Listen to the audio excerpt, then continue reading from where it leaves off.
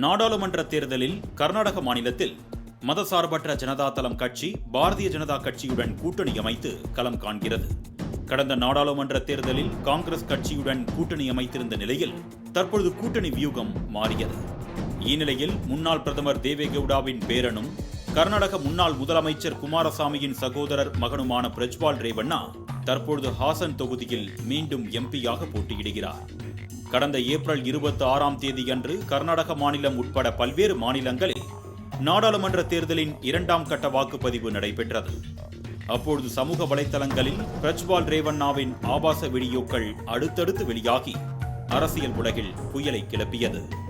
இவற்றில் சில பெண்களிடம் அத்துமீறி நடப்பது போலவும் மிரட்டி தன் ஆசைக்கு பணிய வைப்பது போலவும் வீடியோக்கள் வெளியானதால் பரபரப்பு உண்டானது.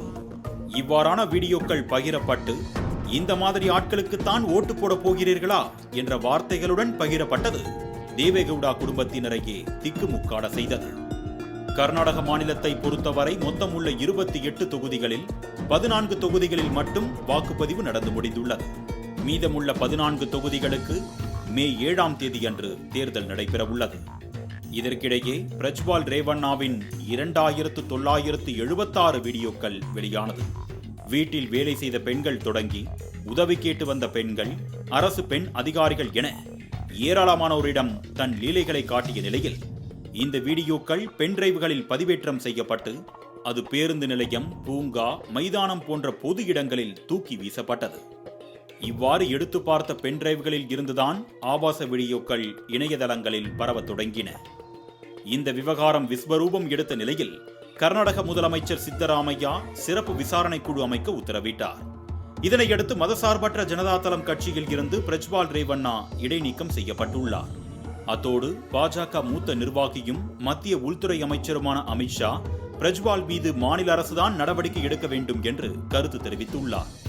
பிரஜ்வால் ரேவண்ணா போட்டியிடும் ஹாசன் தொகுதியில் ஏற்கனவே 26ஆம் தேதி வாக்குப்பதிவு நடந்து முடிந்துவிட்டதால் பொதுமக்கள் மத்தியில் பெரும் குழப்பம் நீடித்து வருகிறது.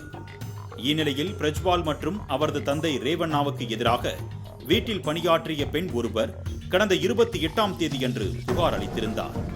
இதனையடுத்து பிரஜ்வால் மீது 354A, 354D, 506 மற்றும் 509 ஆகிய பிரிவுகளின்படி வழக்கு பதிவு செய்யப்பட்டது. இதுகுறித்து தேசிய மகளிர் ஆணையம் தாமாக முன்வந்து வழக்கு தொடுத்ததுடன் பிரஜ்வால் ரேவண்ணா மீதான நடவடிக்கைகள் குறித்த அறிக்கையையும் 3 நாட்களுக்குள் சமர்ப்பிக்க வேண்டும் என்று உத்தரவிட்டது. மேலும் ஜூன் 4ஆம் தேதியன்று வாக்கு எண்ணிக்கையின் போது ஹாசன் தொகுதியில் போட்டியிட்ட பிரஜ்வால் ரேவண்ணா வெற்றி பெற்றுவிட்டால் என்னவாகும் என்ற கேள்வியும் மக்கள் மத்தியில் எழுந்துள்ளது. ஒருவேளை வெற்றி பெற்றால் சுயேட்சை எம்பியாக பதவியில் தொடர்வார். அதே நேரம் நடவடிக்கை, வழக்கு பதிவு, கைது என இருந்தால் நிச்சயம் எம்பி பதவியை இழக்க வாய்ப்பிருப்பதாகவும் கூறப்படுகிறது.